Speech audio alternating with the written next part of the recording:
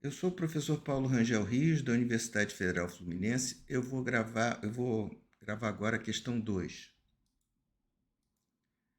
Bom, por uma dada transformação, a temperatura de transformação T correspondente a 1% de volume transformado pode ser representado por essa reta T igual a 700 menos meio T 1% volume menos 20, onde T é a temperatura de transformação em Celsius, T pequeno é o tempo de transformação numa dada temperatura em segundos. Assim, por exemplo, o tempo necessário para atingir 1% a 680 graus Celsius é de 60 segundos.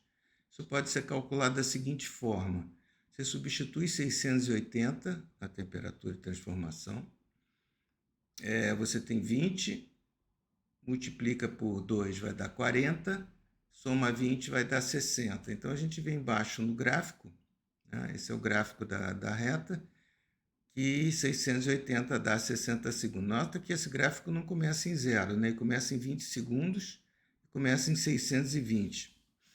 Muito bem. Qual o tempo necessário para transformar 1% em volume a 660? Bom, acabei de dizer como tem que calcular, né? Um espécimen consistindo inicialmente 100% da fase alfa é mantido a 660 por 20 segundos.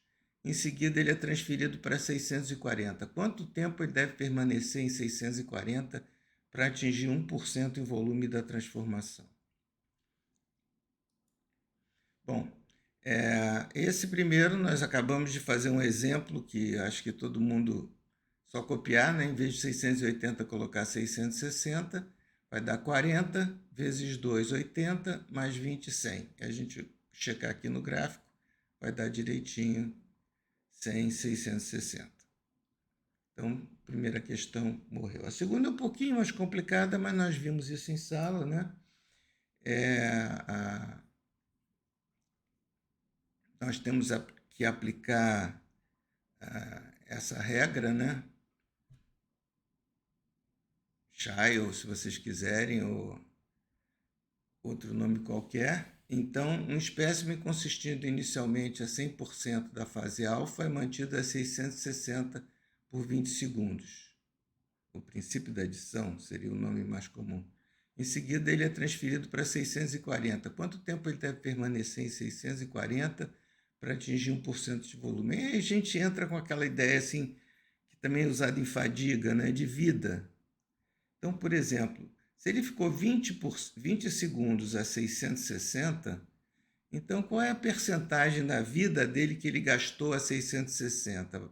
A gente sabe que para ele transformar 1% de 660 demora 100 segundos. Então ele gastou um quinto da vida dele a 660.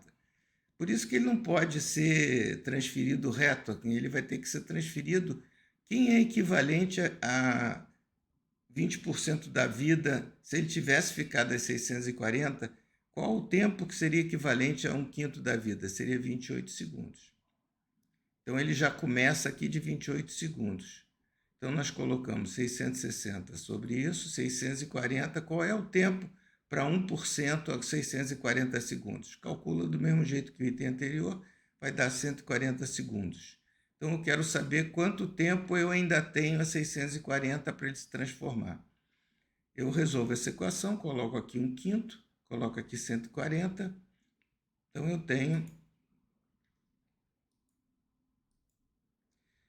aqui 4 quintos, então eu tenho ainda 112 segundos para antes que ele se transforme em 1%. Certo? É a ideia da vida, né? Ele tem um quinto da vida dele, ele passou a 660, onde a vida era mais curta, levava 100 segundos, então ele gastou 20 segundos.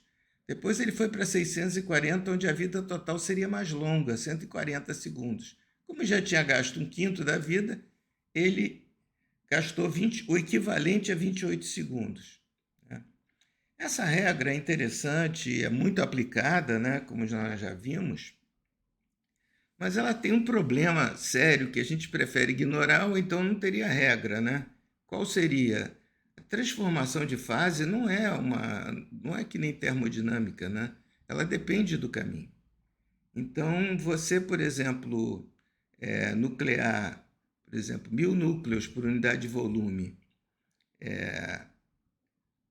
numa dada temperatura, depois numa outra temperatura você nuclear 10.000 núcleos por unidade de volume, se você transferir de uma temperatura para outra, você vai ter microestruturas diferentes, né? Então, infelizmente, é uma coisa que a gente tem que conviver. Então, a gente teria que...